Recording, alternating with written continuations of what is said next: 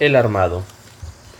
Pedro Culán decidió marcharse al norte, trocar el fácil corte de maíz, recogimiento de alimento rubio, abundante y sencillo, por el corte de maderas preciosas, por la sangría de chicle, ardua tarea de titanes, de héroes anónimos que luchan como gusanos arrastrando su existencia por las inmensas, interminables soledades verdes, destruyendo los místicos, cavernosos silencios, con estrépitos de caída de cedros, caobas, matiliguates, prendiéndose como sanguijuelas en cada árbol de Chicozapote. Pedro Culán, el sabio y tranquilo cazador cachiquel, habíase vuelto chiclero y cortador de maderas.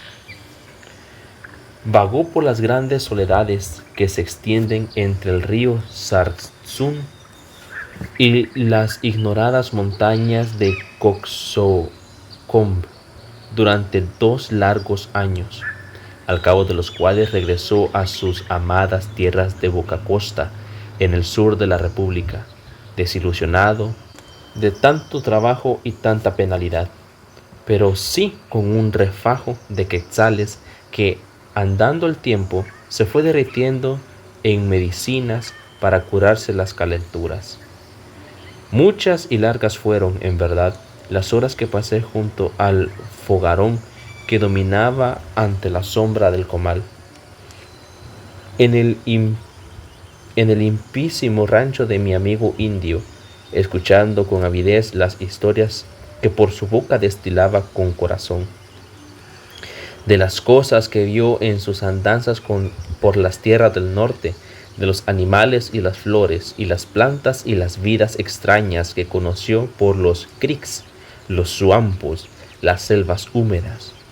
Mucho en verdad fue lo que aprendió, lo que vio, lo que conoció, caminando entre los montes o bogando en cayuco por los crics, cric negro, cric masica, cric dulce, Tamagas Creek, Quarry Creek, Icatee Creek, Río Temash.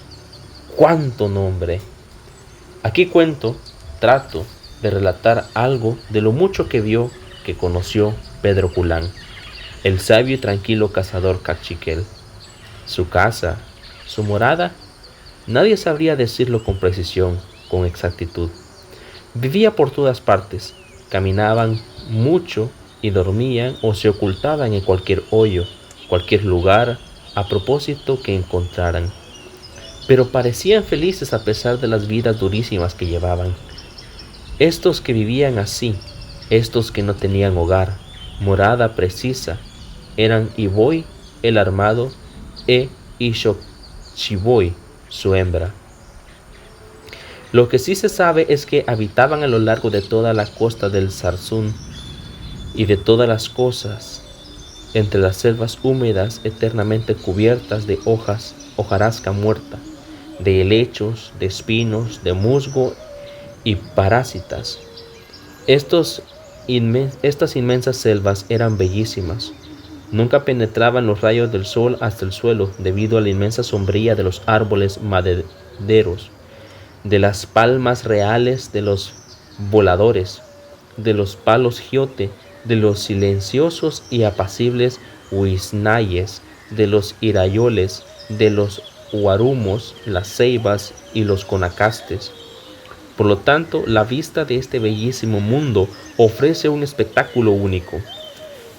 Todo se ve claramente, pero con una luz difusa, como si el cielo de clorofila bajara hasta el suelo, una tenue neblina de esmeraldas, o como si enormes lingotes de oro fueran introducidos a la fuerza por Gig el sol a través de las escasísimas goteras de aquel techo tan inmenso y tan murmurador. Aquí reinaba siempre el silencio, y parece como que si todo estuviera muerto, callado, deshabitado. Y, sin embargo, la vida bulle y bullirá eternamente con toda su fuerza magnífica y desconcertante. Este es el mundo de Iboy, el armado, e Ixochiboy, su hembra. Caminaban uno junto al otro, haciendo un ruidito como de ronquido suave y prolongado, que era como si manifestaba su cariño. Eran muy felices, e Ishoshiboi vivía tranquila, pues sabía que su señor y su dueño, era apto para protegerla. Tenía, además, su caparazón, que era un caparazón segurísimo. Cuando ambos estaban en peligro, se escondían en ella, y cuando el peligro era verdaderamente grande, huían a gran velocidad, manteniéndose siempre juntos, y en el primer agujero que encontraban se metían, después de olfatearlo concienzudamente. Pero cuando esto sucedía, siempre Iboy, que iba a retaguardia, dejaba que entrara primero su hembra y luego lo hacía él. Ya que estaban dentro, él sacaba su cola, que era muy fuerte, forrada de placas óseas, y con ella tiraba de la hojarasca de las que circuncidaba el hoyo y lo cubría. Cuando el enemigo llegaba, no podía verlo. Se admiraba de no poder descubrir a Iboy, ni siquiera de ver dónde se había metido. Pero eso solo lo hacía cuando el peligro era muy grande. La mayoría de las veces esperaban al enemigo con actitud sumisa. Si pasaba a su lado sin prestarles atención, ellos lo celebraban grandemente. Si los atacaban, se replegaban en sus corazas. La mayor parte de las veces cazaban y se alimentaban juntos, pero he aquí que sus vidas siempre estaban en peligro, pues ellos gustaban de él, de comérselo. Este peligro era el más terrible de cuantos existe por la voluntad de los constructores, de los formadores del inmenso mundo, la mansión verde. Nada agradaba más los paladares de Iboy y su compañera que la blanca y deliciosa carne de las víboras que, como digo, son las más formidables luchadores de la selva. Y he aquí que, un día, llegaron ambos a la orilla de Acanyá, el río. Llegaron como siempre murmurándose su cariño, cuando de pronto Iboy alargó su hocico puntiagudo y los ojillos negros y brillantes girándole de contento. Y Xochiboi se dio cuenta en el acto de lo que pasaba. Sobre una piedra cercana al río estaba tendida bajo la sombra de malos manglares Rchab-King, la víbora coral. Iboy estaba muy contento. El alimento se había presentado esa mañana muy temprano, cuando aún no iban de caza, sino que a beber. Era el alimento más fácil que Iboy podía haber encontrado. Era el día y Rchab-King, la víbora coral, era casi nula, inofensiva para Iboy, pero solamente para Iboy, cuando Gig el sol está brillando. En cambio, cuando Agá, la noche, que allí es más oscuro que en cualquier otra parte, baja a reinar, entonces Iboy comprende que Rab-Ki es un enemigo temible, porque su veneno y su agilidad pueden matarlo en 2 momentos. Por lo tanto, pues, se dirigió casi con despreocupación hacia la piedra donde resaltaba la línea rojiblanquinegra del coral. Y Xochiboi no se movió de su escondite entre las hojas, ni le advirtió nada a Iboy, como solía hacerlo cuando se trataba de un enemigo peligroso. Entonces ella decía dulcemente: «Ten cuidado, mucho cuidado, Iboy».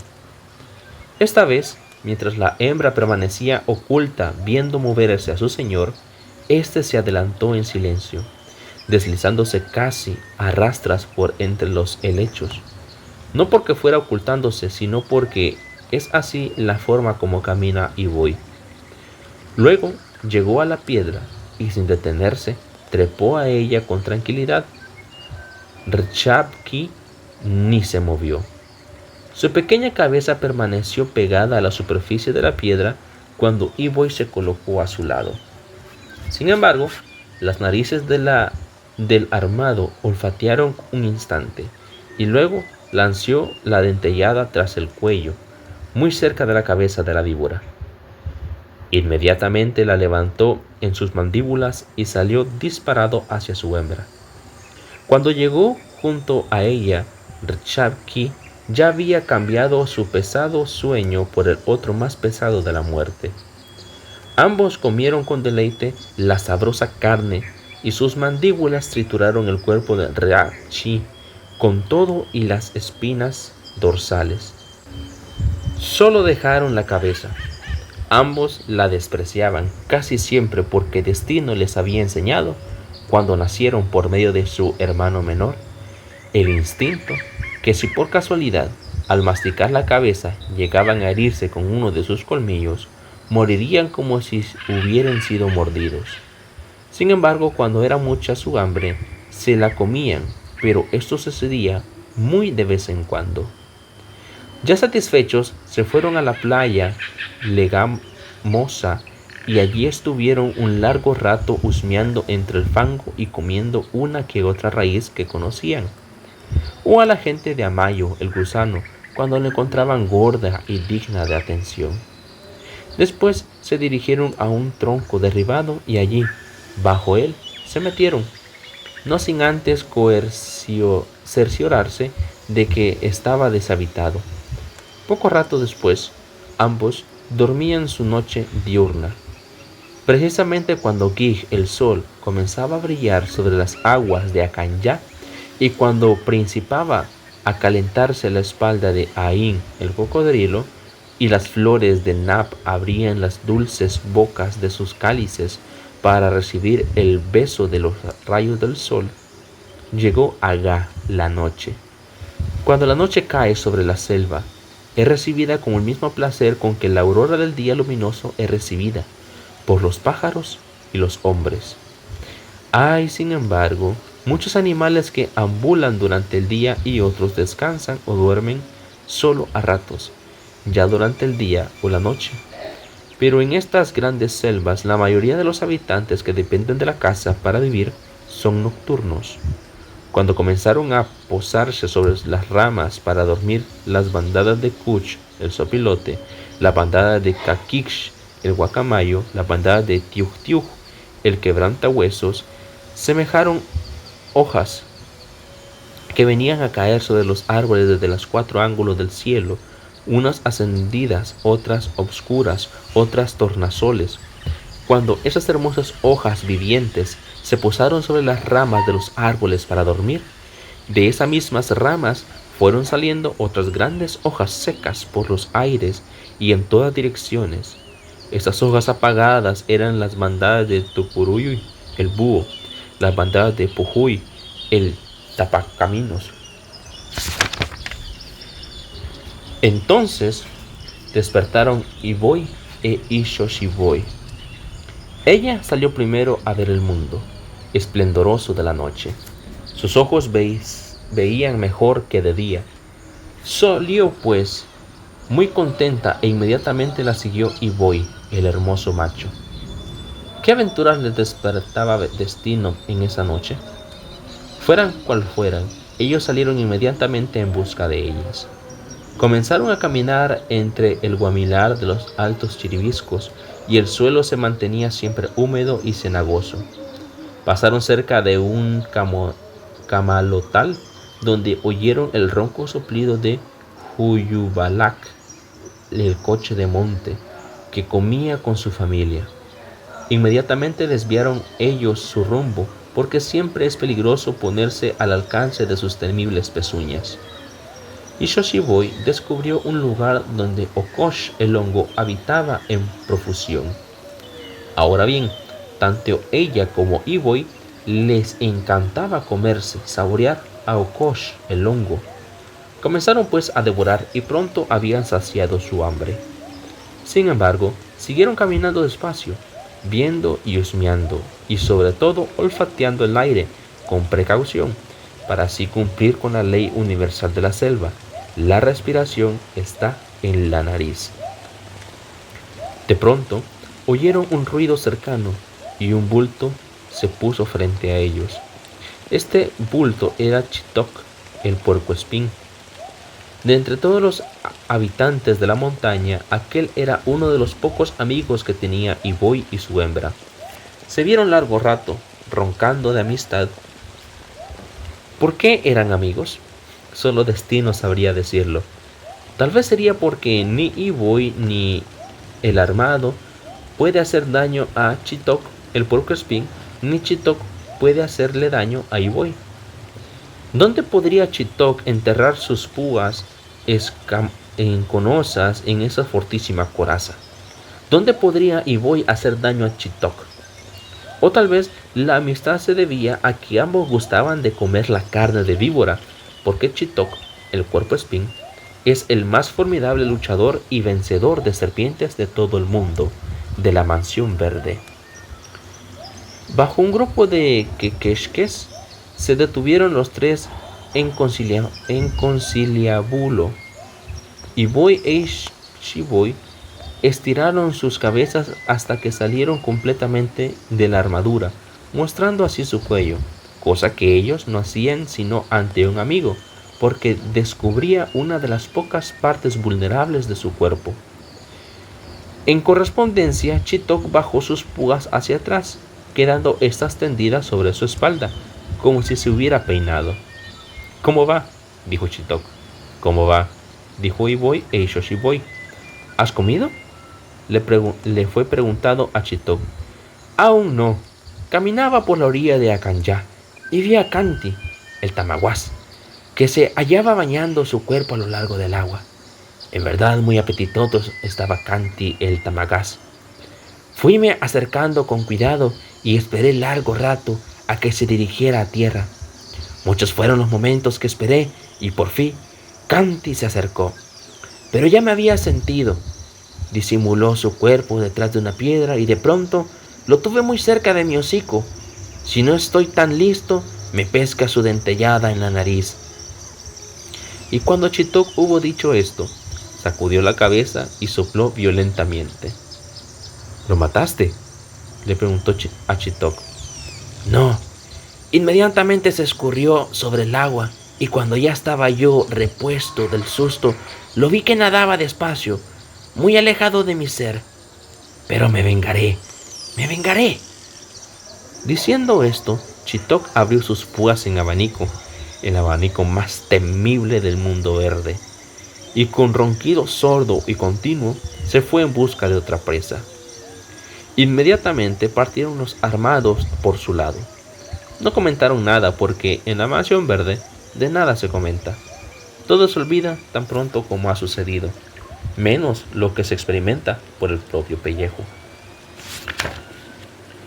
Cansados de vagar, fuéronse buscando el tronco bajo cuyo cobijo venían durmiendo desde hace varios gigs atrás. Un poco antes de llegar sintieron el fuerte olor de Sokoh, la víbora cascabel, y Shoshiboy se adelantó con gran imprudencia, porque Sokoh ya estaba prevenida. Cuando la hembra se puso a tiro, la cabeza de la víbora salió disparada. ¡Paf! A Shoshiboy solo le dio tiempo para esconder el cuello y los colmillos de Sokoh se estrellaron en su caparazón. Tan fuerte fue el golpe que uno de estos cayó al suelo quebrado. Al instante se retrajo la cabeza de la víbora lista para un nuevo ataque, pero ya Shoshiboy andaba fuera de su alcance. El armado se acercó cariñosamente a su hembra y le examinó el cuerpo, aquel cuerpecito duro y flexible que él tanto quería.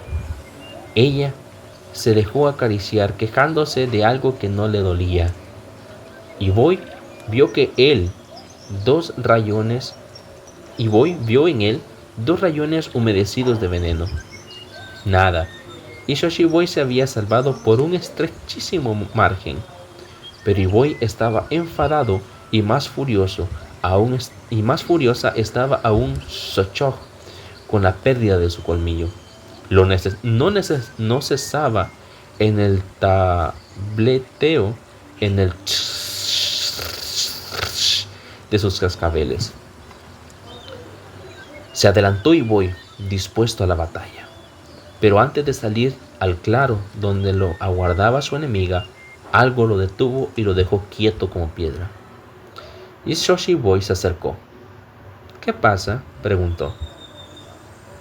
Mira detrás de Sokoh, fue la respuesta de Iboy. La hembra estiró el cuello fuera del matorral donde se hallaba ocultos y pudo ver algo que se movía. Se deslizaba hacia la cascabel, algo brillante y colorido. Ah, ya había visto bien. Era Shkapki, la víbora coral, que se acercaba con la cabeza en alto mostrando su lengua. Y qué grande era esta coral. Nunca había visto otra semejante. Al instante, Ishoshiboy hizo un movimiento como para lanzarse sobre Shkapki, pensando que Iboy atacaría a Sochog, pero un ronquido del macho la contuvo. Volvió pues a aguantarse, a agasajarse al lado de su señor con actitud sumisa. En vista de que todo estaba ya quieto, Sochog bajó la cabeza y dejó de agitar la cola. Pero, inmediatamente, recomenzó su furioso batir. Por detrás había regado Ryab-chi, que gusta de la carne de sus semejantes, y se había lanzado en busca de alimento. Cuando Sochog se volvió para presentar el frente y morder, ya los colmillos de su enemiga estaban clavados en su cuello. Sochog era más corpulento que Ryab-chi, así que comenzó a enrollarla y pronto, frente a los dos armados que observaban ocultos, no se vio más que un rollo informe, como un manojo de bejucos entrelazados y de distintas tonalidades. Poco a poco, el tableteo de la cascabel fue debilitándose hasta llegar a ser nada más que un susurro tembloroso. Con gran suavidad, como en finísimo resbalamiento, fue apareciendo el cuerpo de Ryab-chi entre el rollo, que inmediatamente quedó destruido. Cuando hubo salido del todo, el colar encogió el cuerpo y se estiró la lengua muchísimas veces fuera de su negra cabeza, como olfateando, porque parece que las víboras olfatean con la lengua. Entretanto, Iboy y su hembra seguían inmóviles. Ishoshiboy contrajo sus músculos de nuevo, deseosa de atacar al instante. Nuevamente, fue obligada por su amo a quedarse quieta. Muy extrañada estaba la tierna hembra.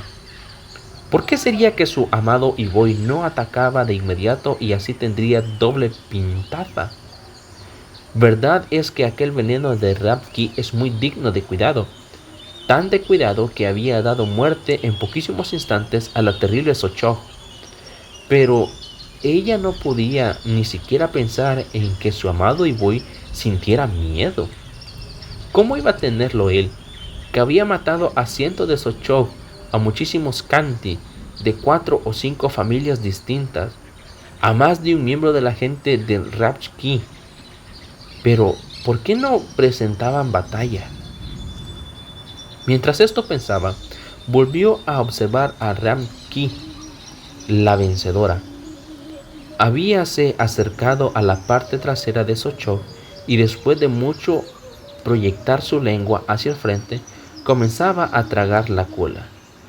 Los cascabeles, que se movieron en su levísimo y triste tableteo, pronto fueron tragados, y pronto, no tan pronto como aquí se cuenta, comenzó a desaparecer pulgada a pulgada el cuerpo de Sochog, entre la boca de Ryab-chi, que se hallaba abierta de tal forma que las mandíbulas estaban verticales. Cuando Ryab-chi hubo tragado un poco más, Iboy se movió con gran tranquilidad, haciendo todo el ruido que quiso, y salió del matorral a la vista de la víbora.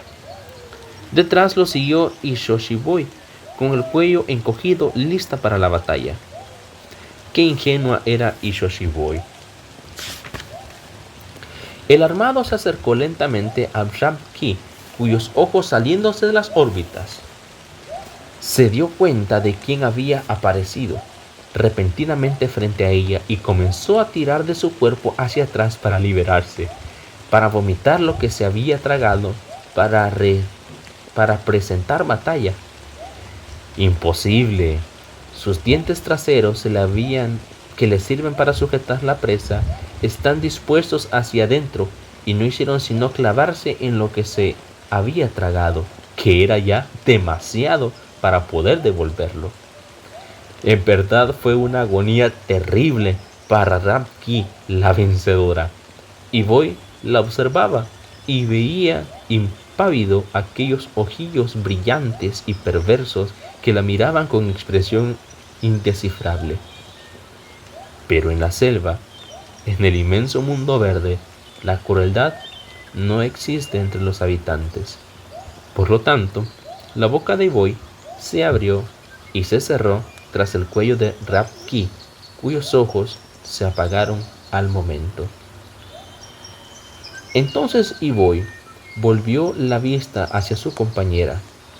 Si en el mundo verde existiera la ironía entre los habitantes, ese diablillo que brinca en los ojos y las bocas de los humanos, seguramente hubiera saltado también en los ojos y en el hocico de Iboy. La hembra se adelantó, muy lentamente, no hacia la presa sino hacia Iboy. Cuando estuvo a su lado, se puso a roncar muy quedo, muy bajo, muy dulcemente junto a sus orejas. Agá, la noche, ya se iba por el lado de Palou, el mar, y Tucuruí, el búho, comenzaba a volar desacompasadamente, gritando sus lúgubres cantos. Ya todo iba quedando silencioso en Agá para que la bulla de Gig principara.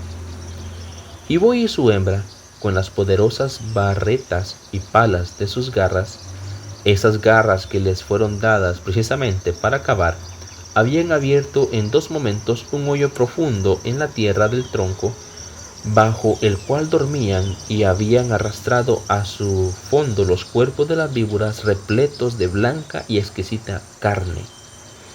Luego los cubrieron con tierra y hojarasca. Cuando terminaron, desaparecieron ambos bajo el techo, el cobijo de Lam, el viejo tronco, que iba a ser testigo de un día de amor y de sueño. ¿Quién mató a Sochoj?, preguntó Kaj, el cielo.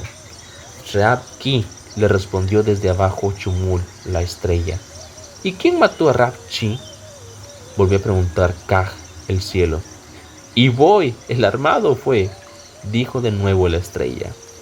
Mas luego se oyó la voz insonora de destino que dijo: no es cierto,